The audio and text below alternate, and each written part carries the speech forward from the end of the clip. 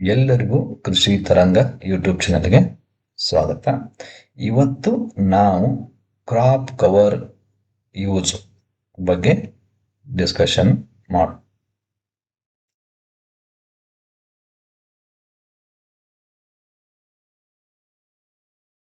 Crop cover ಅಂದ್ರೆ ಬೆಳೆ ಹೊದಿಕೆ ಅಂತ ಏನಂತೀವಿ.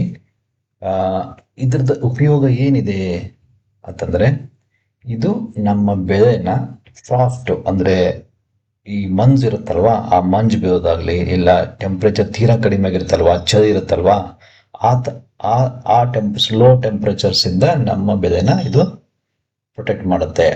ಎರಡನೇದಾಗಿ ಇನ್ಸೆಕ್ಟ್ ಇರ್ತವೆ, ಎಕ್ಸಾಂಪಲ್ ಸಕಿಂಗ್ ಪೆಸ್ಟ್, ಥ್ರಿಪ್ಸ್ ಆಗಲಿ, ಮೈಟ್ಸ್ ಆಗಲಿ, ವೈಟ್ ಫ್ಲೈಸ್ ಆಗಲಿ, ಅಫೀಡ್ಸ್ ಆಗಲಿ, ಇವೆಲ್ಲವೂ ನಮ್ಮ ಬೆಳೆನ ಡ್ಯಾಮೇಜ್ ಮಾಡ್ತಾ ಇರುತ್ತಲ್ವಾ. ಸೊ ಈ ಇನ್ಸೆಕ್ಟ್ಸ್ಗಳಿಂದ ನಮ್ಮ ಬೆಳೆನ ಇದು ಸ್ವಲ್ಪ ಮಟ್ಟಿಗೆ ಪ್ರೊಟೆಕ್ಟ್ ಮಾಡುತ್ತೆ. ಆಮೇಲೆ ಮೂರನೇದಾಗಿ ಕ್ರಾಪು ತುಂಬಾ ಸ್ಪೀಡ್ ಆಗಿ ಗ್ರೋ ಆಗಲಿಕ್ಕೆ ಇದು ಹೆಲ್ಪ್ ಮಾಡುತ್ತೆ. ಯಾಕೆ ಅಂತಂದ್ರೆ, ಒಂದು ನಿಮ್ದು ಟೆಂಪ್ರೇಚರ್ ಕಡಿಮೆ ಇದ್ರೆ ನಿಮಗೆ ಗ್ರೋತ್ ಫಾಸ್ಟ್ ಆಗಿ ಆಗೋದಿಲ್ಲ. ಬಟ್ ಇದನ್ನ ಈ ಬೆಳೆ ಹೊದಿಕೆನ ಅದರಲ್ಲಿ ಕವರ್ ಮಾಡೋದ್ರಿಂದ ನಿಮಗೆ ಕ್ರಾಪ್ ಗ್ರೋತ್ ತುಂಬಾ ಸ್ಪೀಡ್ ಆಗಿರುತ್ತೆ. ಆಮೇಲೆ ಇದು ನಮಗೆ ಕ್ವಾಲಿಟಿ ಪ್ರಾಡಕ್ಟ್ ನ ಕೊಡೋ ಹಾಗೆ ಮಾಡುತ್ತೆ. ಈ ಕ್ರಾಪ್ ಕವರ್ ಅಂಡರ್ ನಾವೇನಾದ್ರೂ ಬೆಳೆ ಬೆಳೆದ್ರೆ ಅದು ನಮಗೆ ಕ್ವಾಲಿಟಿ ಫ್ರೂಟ್ಸ್ ಕೊಡುತ್ತೆ. ಓಕೆ. ಆಮೇಲೆ ಕೊನೆಯದಾಗಿ ಇದು ನಮ್ಗೆ ಈಲ್ಡ್ ನ ಹೆಚ್ಚಿಗೆ ಕೊಡುತ್ತೆ, ಇಳುವರಿನ ಹೆಚ್ಚಿಗೆ ಕೊಡುತ್ತೆ. ಆಮೇಲೆ ನಿಮ್ಗೆ ಇಳುವರಿನ ಎನ್ಶೂರ್ ಮಾಡುತ್ತೆ, ಅಂದ್ರೆ ನಿಮ್ಗೆ ಗ್ಯಾರಂಟಿ ಇಳುವರಿ ಬರೋ ಹಾಗೆ ಇದು ನಿಮ್ಗೆ ಹೆಲ್ಪ್ ಮಾಡುತ್ತೆ. ಓಕೆ. ಇದ್ರ ಬಗ್ಗೆ ಒಂದ್ ಸ್ವಲ್ಪ ಡೀಪ್ ಆಗಿ ನಾವು ಇವತ್ತು ನೋಡೋಣ. ಇವತ್ತು ನಾವು ವಾಟರ್ ಮೆಲನ್ ಒಂದು ಬೆಳೆನ ಎಕ್ಸಾಂಪಲ್ ಆಯ್ತು, ಉದಾಹರಣೆಯಾಗಿ ತಗೊಂಡು ಇದರಲ್ಲಿ ಯಾವ ತರ ಮಾಡಬಹುದು ಅನ್ನೋದ್ರ ಬಗ್ಗೆ ಇವತ್ತು ನಾವು ಡಿಟೇಲ್ಸ್ ವಿಡಿಯೋ ಮುಖಾಂತರ ನಾವು ಇವತ್ತು ಕಲಿಯೋಣ ಇದ್ದಾನೆ. ಓಕೆ. ಈಗ ನೀವು ಪಿಕ್ಚರ್ ಅಲ್ಲಿ ನೋಡ್ತಿರೋ ಹಾಗೆ ಮೊದಲನೇದೇನು ವೈಟ್ ಕಲರ್ ಕವರ್ ಮುಚ್ಚಿದ್ರಲ್ವಾ, ಅದೇ ಕ್ರಾಪ್ ಕವರ್. ಓಕೆ. ಅದನ್ನ ಕಂಪ್ಲೀಟ್ ಆಗಿ ಬೆಳೆ ಮೇಲೆ ಹೊದಿಕೆ ಮಾಡ್ತಾರೆ, ಅದಕ್ಕಾಗಿ ಅದನ್ನ ಕ್ರಾಪ್ ಕವರ್ ಇಲ್ಲ ಬೆಳೆ ಹೊದಿಕೆ ಅಂತಾನು ಕರೀತಾರೆ. ಇದು ನಿಮ್ಗೆ ಮ್ಯಾಕ್ಸಿಮಮ್ ಕಲರ್ ಅಲ್ಲಿ ಇರುತ್ತೆ, ಬಟ್ ನಾವು ಇದರಲ್ಲಿ ಈಗ ವೈಟ್ ಕಲರ್ ಕ್ರಾಪ್ ಕವರ್ ನ ಯೂಸ್ ಮಾಡ್ತಾ ಇದ್ದೇವೆ. ಓಕೆ.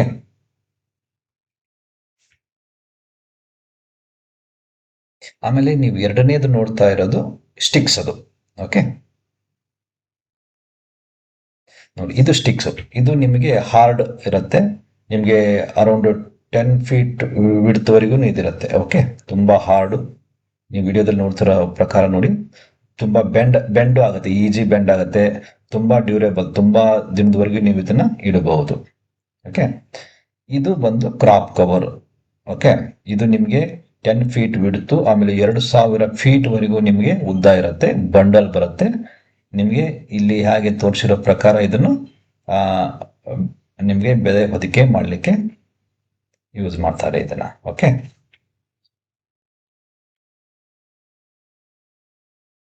ನೋಡಿ ಯಾವ ತರ ಯೂಸ್ ಮಾಡ್ತಾರೆ ಅಂತ.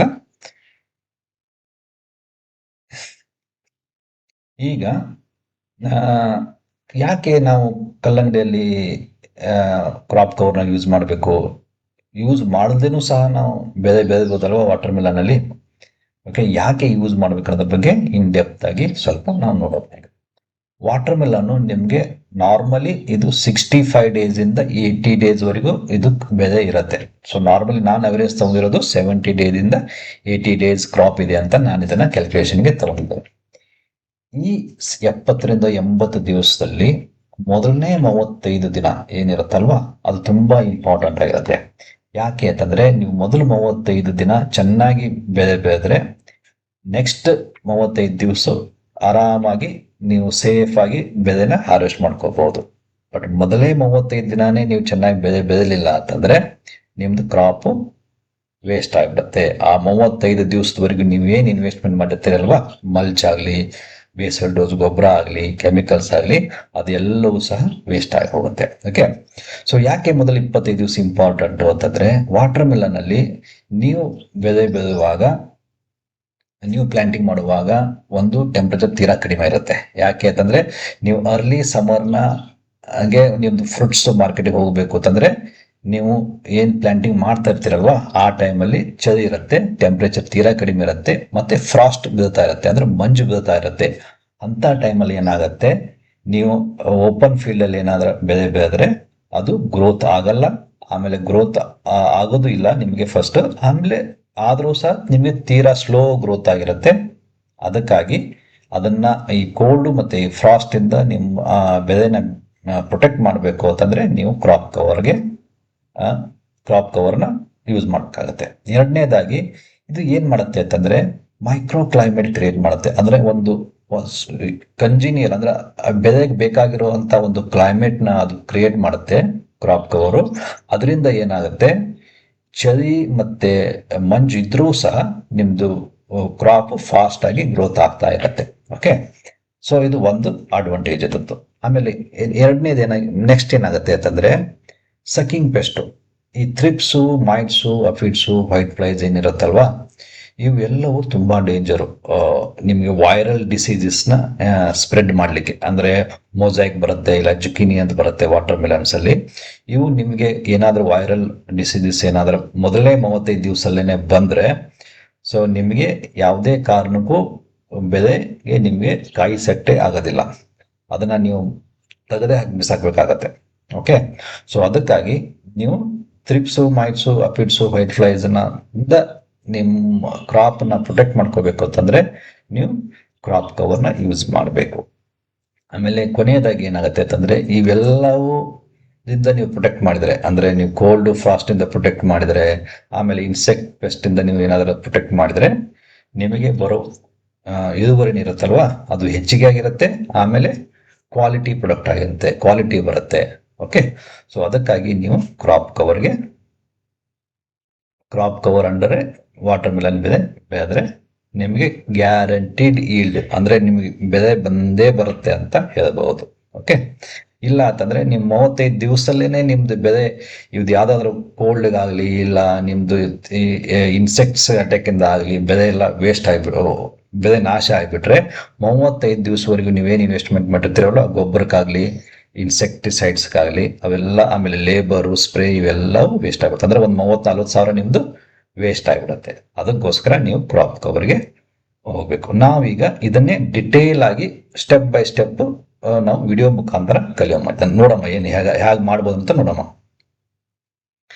ಇದು ನೋಡಿ, ನಿಮಗೆ ಇಲ್ಲಿ ಈ ಸ್ಟಿಕ್ಸ್ ನ ಮಲ್ಚದು ಒಂದು ಸೈಡ್ಗೆ ಹತ್ರ, ಒಂದು ಸೈಡ್ ಹತ್ರ ಒಂದು 5 to 6 ಫೀಟ್ ಅಂತರದಲ್ಲಿ ನಿಮಗೆ ಅದನ್ನ ಇನ್ಸರ್ಟ್ ಮಾಡ್ತಾ ಹೋಗ್ತಾ ಇದ್ದಾರೆ. ಈ ಸ್ಟಿಕ್ಸ್ ತುಂಬಾ ಈಜಿ ಇರುತ್ತೆ, ಈಜಿ ಟು ಬೆಂಡ್ ಮಾಡ್ಲಿಕ್ಕೆ ತುಂಬಾ ಈಜಿ. ಆಮೇಲೆ ಮತ್ತೆ ತೆಗೆದ್ರೆ ಮತ್ತೆ ಸ್ಟ್ರೈಟ್ ಆಗಿರುತ್ತೆ. ಓಕೆ, ನೋಡಿ, ಒಂದು ಸೈಡು ಒಂದು 2 ಫೀಟ್ ಬಿಟ್ಟು ಮಲ್ಚಿಂದ 2 ಫೀಟ್ ದೂರ ಹಾಕ್ತಾ ಇದ್ದಾರೆ, ಇನ್ನೊಂದು ಮಲ್ಚಿಗೆ ಹತ್ರನೇ ಹಾಕ್ತಾ ಇದ್ದಾರೆ. ಯಾಕೆ ಅಂತಂದ್ರೆ ವಾಟರ್ ಮೆಲನ್ ಸ್ವಲ್ಪ ಬೆಳೆ ಸ್ಪ್ರೆಡ್ ಆಗುತ್ತಲ್ವಾ ನೆಲದ ಮೇಲೆ, ಅದಕ್ಕಾಗಿ ಒಂದು ಕಡೆ ದೂರ ಹಾಕಬೇಕು, ಇನ್ನೊಂದು ಕಡೆಗೆ ಹತ್ರನೇ ಹಾಕಬೇಕು. ನೋಡಿ, ನೀವು ವಿಡಿಯೋಸ್ದಲ್ಲಿ ನೋಡಿದ್ರೆ ನಿಮ್ಗೆ ಕ್ಲಿಯರ್ ಆಗಿ ಗೊತ್ತಾಗುತ್ತೆ ಯಾವ ತರ ಇನ್ಸರ್ಟ್ ಮಾಡಬೇಕು ಅಂತ. ಆಮೇಲೆ ಒಂದು ಸ್ಟಿಕ್ ಇಂದ ಇನ್ನೊಂದು ಸ್ಟಿಕ್ಗೆ ನಿಮಗೆ ಒಂದು 5 to 10 ಫೀಟ್, ಅದು ನಿಮಗೆ ಯಾವ ಕನ್ವೀನಿಯಂಟ್ ಪ್ರಕಾರ ನೀವು ಅದನ್ನ ಚೇಂಜ್ ಮಾಡ್ತಾ ಇರಬೇಕು. ಓಕೆ, ಸೊ 6 to 7 ಫೀಟ್ ಹಾಕಿದ್ರೆ ಬೆಟರ್. ಓಕೆ, ಆಮೇಲೆ ಈ ಕಡ್ಡಿನ, ಈ ಸ್ಟಿಕ್ಸ್ ನ ನೀವು ಹಾಕಿದ ನಂತರ ಮಧ್ಯೆ ಒಂದು ಪ್ಲಾಸ್ಟಿಕ್ ವೈರ್ನ ನೀವು ಈ ತರ ತೋರಿಸಿರೋ ತರ ಕಟ್ತಾ ಹೋಗ್ಬೇಕು. ಯಾಕೆ ಅಂತಂದ್ರೆ ನೀವು ಕ್ರಾಪ್ ಕವರ್ ಮಾಡ್ತಿರಲ್ವಾ, ಅವಾಗ ಅದು ಮಧ್ಯೆ ಕೆಳಗಡೆ ಹೋಗೋ ಚಾನ್ಸಸ್ ಹೆಚ್ಚಿಗೆ ಇರುತ್ತೆ. ಸೊ ಅದಕ್ಕಾಗಿ ಕ್ಲೀನ್ ಆಗಿ ಅದ್ರ ಮೇಲೆ ಕುತ್ಕೋಬೇಕು ಅಂತಂದ್ರೆ ನೀವು ಈ ತರ ಒಂದು ಸಪೋರ್ಟ್ಗೆ ಒಂದು ಪ್ಲಾಸ್ಟಿಕ್ ವೈರ್ನ ಕಟ್ಟಬೇಕು. ಒಂದ್ ಎಂಡಿಗೆ ಈ ತರ ಕಡ್ಡಿನ ಹಾಕಿ, ಮತ್ತೊಂದು ಎಂಡಿಗೂ ಸಹ ಅದೇ ತರ ಕಡ್ಡಿ ಹಾಕಿ, ನೀವು ಅಲ್ಲಿಂದ ಈ ಎಂಡಿಂದ ಆ ಎಂಡ್ವರೆಗೂ ನೀವು ಅದನ್ನ ಸಪೋರ್ಟ್ಗೆ ಕಟ್ಕೋಬಹುದು. ಇದು ನೋಡಿ, ಎಲ್ಲಾನು ಹಾಕಿದ ನಂತರ ನಿಮಗೆ ಯಾವ ತರ ಕಾಣಿಸುತ್ತೆ ಅಂತ. ಓಕೆ, ಕಡ್ಡಿ ಹಾಕಿದ ನಂತರ ನೀವು ಕ್ರಾಪ್ ಕವರ್ನ ಈ ತರ ಕವರ್ ಮಾಡ್ಬೇಕು. ಅದಕ್ಕೆ ಸ್ಲೋಲಿ ಆ ಎಂಡ್ವರೆಗೂ ಎಷ್ಟು ಬೇಕಾಗುತ್ತೋ ಅಷ್ಟು ಅದನ್ನ ಕ್ರಾಪ್ ಕವರ್ನ ಅಲ್ಲಿವರೆಗೂ ಸ್ಪ್ರೆಡ್ ಮಾಡ್ಕೊಂಡು ಕ್ಲೀನ್ ಆಗಿ ನೀವು ಒಂದ್ ಎಂಡಿಗೆ ಮಣ್ಣು ಹಾಕಬೇಕು. ಅದನ್ನು ಆ ಎಂಡಿಗೆ ಫಸ್ಟ್ ಆ ಎಂಡಿಗೆ ಮಣ್ಣು ಹಾಕಿ ಮುಚ್ಕೋಬೇಕು. ಓಕೆ, ಸೊ ಈ ತರ ಲೇಔಟ್ ಮಾಡುವಾಗ ಒಂದ್ ಸ್ವಲ್ಪ ಕ್ಲೀನ್ ಆಗಿ ಸ್ಲೋ ಆಗಿರ್ಬೇಕು. ಯಾಕೆ ಅಂತಂದ್ರೆ ನೀವು ಒಂದ್ಸಲ ಇದನ್ನ ಕಟ್ ಮಾಡಿಬಿಟ್ರೆ ಅಷ್ಟು ಲೆಂತ್ ನಿಮಗೆ ಶಾರ್ಟ್ ಆಗಿಬಿಡುತ್ತೆ. ಓಕೆ, ಸೊ ಒಬ್ಬರು ಆ ಎಂಡಿಗೆ ಮಣ್ಣು ಹಾಕಿ ಇದು ನಿಮಗೆ ಸಿಗ್ನಲ್ ಕೊಡೋವರೆಗೂ, ನೀವು ಇಲ್ಲಿ ಕಟ್ ಮಾಡಿ ಅಂತ ಸಿಗ್ನಲ್ ಕೊಡೋವರೆಗೂ ನೀವು ವೇಟ್ ಮಾಡಬೇಕು. ಓಕೆ, ಆಮೇಲೆ ಕ್ಲೀನ್ ಆಗಿ ಇದು 10 feet ಬಿಡ್ತಿರುತ್ತೆ ಕ್ರಾಪ್ ಕವರ್. ಓಕೆ, ಸೊ ನಿಮಗೆ ಕಂಪ್ಲೀಟ್ ಆಗಿ ಅದ್ರ ಮೇಲೆ ಕೂತ್ಕೊಳ್ಳುವಂಥದ್ದು. ಈ ತರ ಕಂಪ್ಲೀಟ್ ಆಗಿ ಎರಡು ಸೈಡು ಕವರ್ ಆಗುತ್ತೆ ಅನ್ನೋದನ್ನ ಎನ್ಶೂರ್ ಮಾಡ್ಕೋಬೇಕು, ನೋಡ್ಕೋಬೇಕು. ಇಲ್ಲ ಒಂದ್ ಸೈಡ್ ಸೆಂಟರ್ಗೆನೆ ಇದೆಯಾ, ಎರಡು ಸೈಡ್ಗೆ ಕರೆಕ್ಟಾಗಿ ಕವರ್ ಆಗ್ತಾ ಇದೆಯಾ ಇಲ್ಲ ಅನ್ನೋದ್ರ ಬಗ್ಗೆ ನೀವು ನೋಡ್ಕೋಬೇಕು ಮೊದಲೇ. ಆಯ್ತಾ, ಆಮೇಲೆ ಈ ಸೈಡ್ಗೆ ಮಣ್ಣು ಹಾಕಬೇಕು ಕಂಪ್ಲೀಟ್ ಆಗಿ. ಮಣ್ಣು ಹಾಕುವಾಗ ಆ ಕಡೆ ಈ ಕಡೆ ಇರೋರು ಕರೆಕ್ಟಾಗಿ ನೋಡ್ಕೋಬೇಕು, ಎಲ್ಲ ಎರಡು ಕಡೆ ಸಾಕಾಗ್ತಾ ಇದೆಯಾ ಕವರ್, ಕ್ರಾಪ್ ಕವರು, ಇಲ್ಲ ಒಂದ್ ಕಡೆ ಹೆಚ್ಚಿಗೆ ಇಲ್ಲ ಒಂದ್ ಕಡೆ ಕಡಿಮೆ ಇದೆ ಅನ್ನೋದ್ರ ಬಗ್ಗೆ ಸ್ವಲ್ಪ ನೋಡ್ಕೋಬೇಕು. ಓಕೆ, ಈಗ ನೀವೇನ್ ಮಾಡಬೇಕು, ಒಂದು ಸೈಡ್ಗೆ ಅಂದ್ರೆ ಯಾವ ಸೈಡ್ಗೆ ಸ್ಟಿಕ್ಸ್ ನೀವು ಮಲ್ಚಿಗೆ ಹತ್ರ ಹಾಕೊಂಡಿದ್ದೀರಲ್ವಾ, ಇಲ್ಲ ದೂರ ಹಾಕಿದಿರಲ್ವಾ, ಅಲ್ಲಿಗೆ ಮಣ್ಣು ಹಾಕಬೇಕು. ಒಂದ್ ಸೈಡ್ಗೆ ಮಣ್ಣು ಹಾಕಬೇಕು. ಓಕೆ, ಒಂದ್ ಸೈಡ್ಗೆ ಮಣ್ಣು ಹಾಕಬೇಕು, ಇನ್ನೊಂದ್ ಸೈಡ್ಗೆ ಮಣ್ಣು ಹಾಕುವಂಗಿಲ್ಲ. ಯಾಕೆ ಅಂತಂದ್ರೆ ನೀವು ಅಲ್ಲಿ ಪ್ಲಾಂಟಿಂಗ್ ಮಾಡ್ಬೇಕಾಗಿದೆ. ಓಕೆ, ಈಗ ಎಲ್ಲ ಆದ ನಂತರ ನೀವು ಇದನ್ನ ಕಟ್ ಮಾಡ್ಕೊಂಡ್ಬಿಡ್ಬೇಕು. ಓಕೆ, ನೆಕ್ಸ್ಟ್ ಬರುತ್ತೆ ಬೆಳೆ. ಈ ವಾಟರ್ ಮೆಲನ್ ಕರೆಕ್ಟ್ ಸ್ಟೇಜ್ ನೀವು ಸೆಲೆಕ್ಟ್ ಮಾಡ್ಬೇಕಾಗತ್ತೆ. ಓಕೆ, ನೋಡಿ ಇದು ಪರ್ಫೆಕ್ಟ್ ಸ್ಟೇಜ್. ಯಾವತ್ತು ವಾಟರ್ ಮೆಲನ್ ಈ ವೈಟ್ ರೂಟ್ ಇರುತ್ತಲ್ವಾ, ಆ ತರ ಇದ್ರೆ ಬೆಸ್ಟ್ ರೂಟ್ ಇದು. ಓಕೆ, ನೀವು ಬ್ರೌನ್ ಆಗಿದ್ರೆ ಅದು ಓವರ್ ಮ್ಯಾಚೂರ್ ಆಗಿದೆ ಅಂತ ಅರ್ಥ. ಓಕೆ, ಆಮೇಲೆ ಕ್ಲೀನ್ ಆಗಿ ಮಲ್ಚದ ಸೆಂಟರ್ಗೆ ನೀವು ಪ್ಲಾಂಟಿಂಗ್ ಮಾಡ್ತಾ ಹೋಗ್ಬೇಕು. ಓಕೆ, ನೋಡಿ ಕ್ಲೀನ್ ಆಗಿ ನೀವು ಚೆನ್ನಾಗಿರೋ ಸಸಿಗಳನ್ನು ಮಾತ್ರ ಪ್ಲಾಂಟಿಂಗ್ ಮಾಡ್ತಾ ಹೋಗ್ಬೇಕು. ನರ್ಸರಿ ಸ್ಟೇಜು ನಿಮಗೆ 18ರಿಂದ 22 ದಿವಸದ ಸಸಿ ಏನಿರುತ್ತಲ್ವಾ, ಅದು ಬೆಸ್ಟ್ ವಾಟರ್ ಮೆಲನ್ ಅಲ್ಲಿ. ಓಕೆ, ನಿಮ್ಗೆ ಇವನ್ 98 ಹೋಲ್ದು ಟ್ರೇ ಯೂಸ್ ಮಾಡಿದ್ರೆ ನಿಮಗೆ 15 ದಿವಸದಲ್ಲಿ ಸಹ ಬರುತ್ತೆ. ಇದು ಸ್ವಲ್ಪ 72 ಹೋಲ್ದು ಟ್ರೇ ಯೂಸ್ ಮಾಡಿದ್ರೆ ನಿಮಗೆ ಚೆನ್ನಾಗಿ ರೂಟ್ ಗ್ರೋತ್ ಬರುತ್ತೆ. ಆಮೇಲೆ ಫೀಲ್ಡ್ ಎಸ್ಟಾಬ್ಲಿಷ್ಮೆಂಟ್ ತುಂಬಾ ಚೆನ್ನಾಗಿರುತ್ತೆ. ಇದು ನೋಡಿ ಕ್ಲೀನ್ ಆಗಿ ಇದನ್ನ ಪ್ಲಾಂಟಿಂಗ್ ಮಾಡ್ತಾ ಹೋಗ್ಬೇಕು.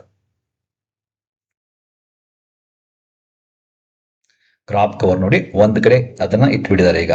ಓಕೆ, ಯಾವ ಕಡೆ ಮಣ್ಣು ಹಾಕಿದಾರಲ್ವಾ ಆ ಕಡೆಗೆ ಅದನ್ನ ಡೌನ್ ಮಾಡ್ಕೊಂಡ್ಬಿಟ್ಟಿದ್ದಾರೆ ನೋಡಿ ಈ ತರ. ಓಕೆ, ಸೊ ನೀವು ಒಂದ್ ಕಡೆ ಡೌನ್ ಮಾಡ್ಕೊಂಡ್ರೆ ಇನ್ನೊಂದು ಕಡೆ ನಿಮಗೆ ಪ್ಲಾಂಟಿಂಗ್ ಮಾಡ್ಲಿಕ್ಕೆ ಈಜಿ ಆಗುತ್ತೆ. ಫಾಸ್ಟ್ ಆಗಿ ಪ್ಲಾಂಟಿಂಗ್ ಆದ ನಂತರ ನೋಡಿ ಯಾವ ತರ ಚೆನ್ನಾಗಿ ಗೊತ್ತಿರುತ್ತೆ ಅಂತ.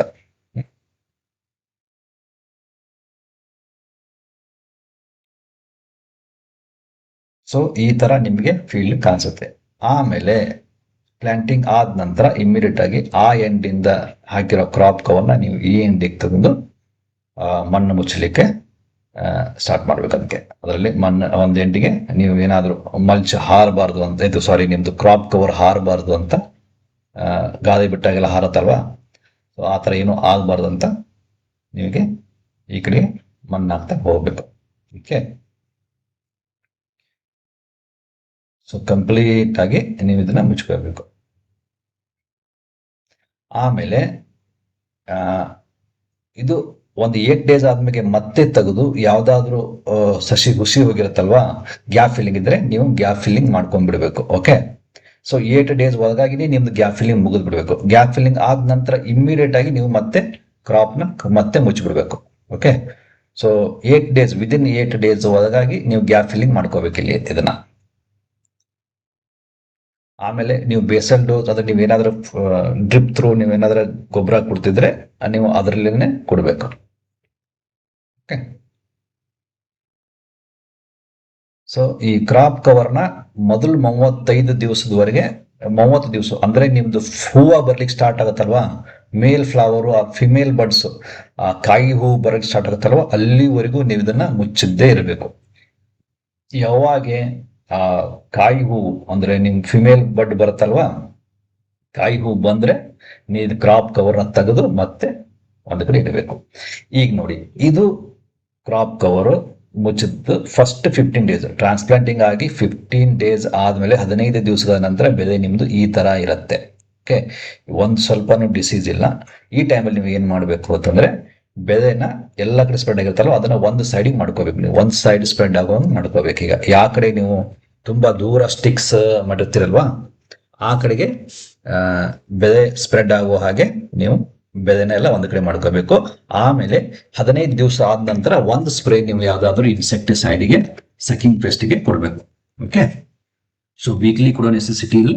ಈಗ ಈ ಬೆಳೆ ತೆಗೆದಾಗೆ ಕ್ರಾಪ್ ಕವರ್ ತೆಗೆದಾಗ ಇಮಿಡಿಯೇಟ್ ಆಗಿ ಸ್ಪ್ರೇ ಮಾಡಿ ಫಂಗಿಸೈಡ್ಸ್ ಆಗಲಿ ಇನ್ಸೆಕ್ಟ್ಸೈಡ್ ಆಗಲಿ ಸ್ಪ್ರೇ ಮಾಡಬೇಕು. ಇದು ನಿಮಗೆ 30 ಡೇಸ್ ಆಫ್ಟರ್ ಟ್ರಾನ್ಸ್ಪ್ಲಾಂಟಿಂಗ್ ಆಗಿ 30ನೇ ದಿವಸಿಗೆ ನಿಮಗೆ ಬೆಳೆ ಈ ತರ ಬರುತ್ತೆ. ಓಕೆ, ಈಗ ನೀವು ಕ್ರಾಪ್ ಕವರ್ನ ಕಂಪ್ಲೀಟ್ ಆಗಿ ತೆಗೆದು ಬಿಡಬೇಕು. ಯಾಕೆ ಅಂತಂದ್ರೆ ತುಂಬಾ ಗ್ರೋತ್ ಆಗಿದೆ. ಆಮೇಲೆ ನಿಮ್ಮ ಫಿಮೇಲ್ ಬಡ್ಸ್ ಅಂದ್ರೆ ಕಾಯಿ ಹೂ ಬರ್ತಾ ಇದೆ. ಈಗ ನಿಮಗೆ ಹನಿ ಬೀಸ್ ಓಡಾಡ್ತಾ ಇರೋ ಟೈಮ್ ಇದು. ಈ ಟೈಮಲ್ಲಿ ನೀವು ಕ್ರಾಪ್ ಕವರ್ನ ಮುಚ್ಚಬಾರ್ದು. ಕ್ರಾಪ್ ಕವರ್ನ ನೀವು ಈಗೇನಾದ್ರೂ ಮುಚ್ಚಿದ್ರೆ ನಿಮ್ಮ ಇಳುವರಿ ಮೇಲೆ ಹೊಡ್ತಾ ಬೀಳುತ್ತೆ. ಓಕೆ, ಇದು ನೋಡಿ, ಇದು ನಿಮಗೆ 40 ಡೇಸ್ ಆಫ್ಟರ್ ಟ್ರಾನ್ಸ್ಪ್ಲಾಂಟಿಂಗ್ 40 ದಿವಸಗಳ ನಂತರ ನಿಮ್ದು ಬೆಳೆ ಈ ತರ ಇರುತ್ತೆ. ಈಗ ನಾವು ಕ್ರಾಪ್ ಕವರ್ ತೆಗೆದು ಬಿಟ್ಟಿದೀವಿ. ಓಕೆ, ಈಗ ಹನಿ ಬೀಗದು ಇಲ್ಲಿ ತುಂಬಾ ಓಡಾಡ್ತಾ ಇದಾವೆ. ಓಕೆ, ಸೊ ಇಂಪಾರ್ಟೆಂಟ್ ಒಂದೇ, 30 ದಿವಸಗಳ ನಂತರ ಕಾಯಿ ಹೂ ಆದ್ರೆ ನೀವು ಕ್ರಾಪ್ ಕವರ್ ತೆಗೆದು ಬಿಡಬೇಕು. ಒಂದ್ 40 ದಿವಸ ಇಲ್ಲ 45 ದಿವಸದವರೆಗೆ ತೆಗೆದು ಬಿಡಬೇಕು. ಯಾವಾಗ ನಿಮಗೆ ಕಾಯಿ ಈ ತರ ಆಗುತ್ತಲ್ವಾ ಅಷ್ಟು ದಪ್ಪ ಆದ್ಮೇಲೆ ಬೇಕಾದ್ರೆ ನೀವು ಮತ್ತೆ ಕ್ರಾಪ್ ಕವರ್ನ ಮುಚ್ಚಬಹುದು. ಓಕೆ, ಸೊ ಇದು ನಿಮಗೆ 60 ಡೇಸ್ ಆಫ್ಟರ್ ಟ್ರಾನ್ಸ್ಪ್ಲಾಂಟಿಂಗ್ 60 ದಿವಸಗಳ ನಂತರ ನಿಮಗೆ ಈ ತರ ಆಗಿರುತ್ತೆ. ಇಲ್ಲಿ ನೋಡಿ, ಇನ್ನೂ ಆದ್ರೂ ಸಹ ಬೆಳೆ ಮೇಲೆ ಯಾವುದೇ ತರದ ರೋಗ ಇಲ್ಲ. ಓಕೆ, ಸೊ ಇದು ಕ್ರಾಪ್ ಕವರ್ದು ಇಂಪಾರ್ಟೆನ್ಸ್. ಓಕೆ, ಸೊ ಹಾಗಿದ್ರೆ ಎಷ್ಟು ಕಾಸ್ಟ್ ಪರ್ ಏಕರ್ ಇದು ಬರಬಹುದು ಅನ್ನೋದ್ರ ಬಗ್ಗೆ ಒಂದು ಟೆಂಟೇಟಿವ್ ಆಗಿ ನಾನು ಒಂದು ಲೆಕ್ಕ ಮಾಡಿದ್ದೀನಿ. ಕ್ರಾಪ್ ಕವರ್ಗೆ ನಾವು ನಾನ್ ಓವನ್ ಫ್ಯಾಬ್ರಿಕ್ ಅಂತ ಕರಿತೀವಿ. ಇದು 17 GSM ವರೆಗೂ ಇದರ ಕ್ವಾಲಿಟಿ ಇರುತ್ತೆ, ಥಿಕ್ನೆಸ್ ಇರುತ್ತೆ. ಇದು ನಿಮಗೆ ಬಂದು 3.2 ಮೀಟರ್ ವಿಡ್ತ್, ಆಮೇಲೆ 625 ಮೀಟರ್ ಲಾಂಗ್ ಬರುತ್ತೆ, ಉದ್ದ ಬರುತ್ತೆ. ಅಂದ್ರೆ ಹೆಚ್ಚು ಕಡಿಮೆ ಇದು 10 ಫೀಟ್ ವಿಡ್ತ್, 2000 ಫೀಟ್ ಉದ್ದ ಇರುತ್ತೆ. ನಮ್ಗೆ 1 ಎಕರೆಗೆ ಏನಿಲ್ಲ ಅಂತಂದ್ರು 2 ಬಂಡಲ್ಸ್ ಬೇಕಾಗುತ್ತೆ. ಸೊ ಇದು 2 ಬಂಡಲ್ಸ್ ಅಂತಂದ್ರೆ ಅರೌಂಡ್ 17,000 to 17,500 ವರೆಗೂ ಇದು ಕಾಸ್ಟ್ ಆಗುತ್ತೆ. ಸ್ಟಿಕ್ಸ್ ನಮ್ಗೆ 1 ಎಕರೆಗೆ ಮಿನಿಮಮ್ 500 ಬೇಕಾಗತ್ತೆ. ಓಕೆ, ಅದು ನಿಮ್ದು ಫೀಲ್ಡ್ ಲೆಂತ್ ಎಷ್ಟಿದೆ, ವಿಡ್ತ್ ಎಷ್ಟಿದೆ ಅದರ ಪ್ರಕಾರ ನೀವು ಕ್ಯಾಲ್ಕುಲೇಷನ್ ಮಾಡ್ಕೋಬಹುದು. ಬಟ್ ಒಂದು ಅಂದಾಜು ನಾನು 500 ಅಂತ ಕೌಂಟ್ ಮಾಡಿದ್ದೀನಿ. ಸೊ ಇದು ನಿಮಗೆ 24 to 25 rupees ಪರ್ ಸ್ಟಿಕ್ ಬರುತ್ತೆ, ಇನ್ಕ್ಲೂಡಿಂಗ್ GST ಎಲ್ಲ. ಸೊ ಇದು ಒಂದು 17,500. ಸೊ ಟೋಟಲ್ ನಿಮಗೆ 22,500 ವರೆಗೂ ನಿಮಗೆ ಈ ಕ್ರಾಪ್ ಕವರ್ಗೆ ಇನ್ವೆಸ್ಟ್ ಮಾಡಬೇಕಾಗತ್ತೆ. ಸೊ ಟ್ರಾನ್ಸ್ಪೋರ್ಟೇಷನ್ ಅವೆಲ್ಲ ಹಿಡಿದ್ರು ಸಹ ಒಂದು ಅರೌಂಡ್ 22,500 ವರೆಗೂ ನೀವು ಕೌಂಟ್ ಮಾಡಬಹುದು. ಓಕೆ, 22,500 ನಿಮಗೆ ತುಂಬಾ ಕಾಸ್ಟ್ಲಿ ಅನ್ಸ್ಬಹುದು. ಬಟ್ ಇದು ನಿಮಗೆ ಮೊದಲು 35 ದಿವಸದಲ್ಲಿ ನೀವು 4 ಸ್ಪ್ರೇ ಏನಾದ್ರೂ ಮಾಡ್ತಿದ್ರೆ ಒಂದು ತಿಂಗಳಲ್ಲಿ, ಸೊ ಒಂದು ಸ್ಪ್ರೇಗೆ ಏನಿಲ್ಲ ಅಂದ್ರೂ 3,000 to 4,000 ರೂಪಾಯಿ, 3,000 to 4,000 ರೂಪಾಯಿ ನಿಮಗೆ ಬೇಕಾಗುತ್ತೆ. ಸೊ 4 ಸ್ಪ್ರೇ ಅಂತಂದ್ರೆ ಆಲ್ಮೋಸ್ಟ್ 12,000 ಖರ್ಚಾಗುತ್ತೆ. ಅದರಲ್ಲಿ ನಿಮಗೆ ಎರಡಾದ್ರೆ ನೀವು ಸ್ಪ್ರೇಗಳನ್ನ ಇಲ್ಲಿ ಮಿನಿಮೈಸ್ ಮಾಡಬಹುದು. ಸೊ ನೀವು ಕ್ರಾಪ್ ಕವರ್ ಯೂಸ್ ಮಾಡಿದರೆ ನಿಮಗೆ 4 ಸ್ಪ್ರೇ ಬೇಕಾಗಿಲ್ಲ. ಸೊ ನಿಮಗೆ ಓನ್ಲಿ ಒಂದು 2 ಸ್ಪ್ರೇ, 1 ರಿಂದ 2 ಸ್ಪ್ರೇ ಸಾಕಾಗುತ್ತೆ. ಓನ್ಲಿ ಇನ್ಸೆಕ್ಟಿಸೈಡ್ ಹೇಳ್ತಾ ಇರೋದು ನಾನು. ಫಂಗಿಸೈಡ್ಸ್ ನೀವು ರೆಗ್ಯುಲರ್ ಆಗಿ ಸ್ಪ್ರೇ ಮಾಡಲೇಬೇಕು. ಓಕೆ, ಸೊ ಫಂಗಿಸೈಡ್ಸ್ ಮೇಲೆ ಇದೇನು ಇಫೆಕ್ಟ್ ಮಾಡೋದಿಲ್ಲ. ನೀವು ಫಂಗಿಸೈಡ್ ಸ್ಪ್ರೇ ಆಮೇಲೆ ನೀವು ಬೇಸಲ್ ಅಂದ್ರೆ ನಿಮ್ಗೆ ಲಿಕ್ವಿಡ್ ಫರ್ಟಿಲೈಸರ್ಸ್ ಅವೆಲ್ಲ ನೀವು ರೆಗ್ಯುಲರ್ ಆಗಿ ಕೊಡಬೇಕು. ಓನ್ಲಿ ನಿಮಗೆ ಇನ್ಸೆಕ್ಟಿಸೈಡ್ಸ್ ಇಮ್ಡಾಕ್ಲೋಪಿಡ್ ಆಗಿರ್ಬಹುದು, ಇಲ್ಲ ಕಾಸ್ಟ್ಲಿ ಥ್ರಿಪ್ಸೋಮೈಟ್ಸ್ ಕಂಟ್ರೋಲ್ ಏನ್ ಬೇಕಾಗಿರುತ್ತಲ್ವಾ ಆ ತರ ಕಂಟ್ರೋಲ್ಗೆ ಬೇಕಾಗಿರೋ ಇನ್ಸೆಕ್ಟಿಸೈಡ್ಸ್ ನ ನೀವು ಮಿನಿಮೈಸ್ ಮಾಡ್ಕೋಬಹುದು. ಓಕೆ, ಸೊ ಏನಿಲ್ಲ ಅಂತಂದ್ರೂ ನಿಮ್ಗೆ ಅಲ್ಲಿ ಒಂದು 5,000 to 6,000 ಅಂತೂ ನೀವು ಇನ್ಸೆಕ್ಟಿಸೈಡ್ ಸ್ಪ್ರೇ ಅಲ್ಲಿ ಮಿನಿಮೈಸ್ ಮಾಡಬಹುದು. ಸೊ ಆ 22,500 ಅಲ್ಲಿ ನೀವು ಏನಾದ್ರೆ ಒಂದು 4,000-5,000, 5,000 to 6,000 ನೀವು ಮೈನಸ್ ಮಾಡಿದ ಇನ್ಸೆಕ್ಟಿಸೈಡ್ಸ್ ನಿಮಗೆ ಒಂದು 18,000 ನಿಮಗೆ ಇದಾಗುತ್ತೆ. ಆಮೇಲೆ ಈ ಸ್ಟಿಕ್ಸ್ ನೀವು ಮತ್ತೆ ರೀಯೂಸ್ ಮಾಡಬಹುದು. ಸೊ ನಿಮ್ಗೆ ಒಂದ್ಸಲ ಯೂಸ್ ಮಾಡಿ ತೆಗೆದು ಹಾಕೋದಂತ ಏನಲ್ಲ. ಓಕೆ, ಸೊ ನೀವು ಕ್ರಾಪ್ ಕವರ್ ನ ಚೆನ್ನಾಗಿ ಮೇಂಟೈನ್ ಮಾಡಿದ್ರೆ ಒಂದು 2 ಸೀಸನ್ ಆದ್ರೂ ಯೂಸ್ ಮಾಡಬಹುದು. ಓಕೆ, ಈ ಸ್ಟಿಕ್ಸ್ ನ ನೀವು ಒಂದು 5-6 ವರ್ಷ ಅಂತೂ ಆರಾಮಾಗಿ ಯೂಸ್ ಮಾಡಬಹುದು. ಅದ್ರಲ್ಲಿ ಏನು ನಿಮ್ಗೆ ರೆಸ್ಟ್ ಆಗೋದಿಲ್ಲ, ಆ ಮುರಿಯೋದನ್ನು ಇಲ್ಲ, ಏನು ಇಲ್ಲ. ಸೊ ಅದನ್ನ ನೀವು ತುಂಬಾ ದಿವಸವರೆಗೆ ಯೂಸ್ ಮಾಡಬಹುದು. ಸೊ ನಿಮ್ಗೆ ಈಗ ಈ ಇನ್ಫಾರ್ಮೇಶನ್ ತುಂಬಾ ಯೂಸ್ ಆಗಿದೆ ಅಂತ ತಿಳ್ಕೊತೀನಿ. ಆಮೇಲೆ ಇಷ್ಟ ಆದ್ರೆ ಚಾನೆಲ್ ನ ಸಬ್ಸ್ಕ್ರೈಬ್ ಮಾಡಿ ಮತ್ತೆ ಬೆಲ್ ನೋಟಿಫಿಕೇಶನ್ ಆನ್ ಮಾಡಿ. ಮತ್ತೆ ಸಿಗುವ. Thank you.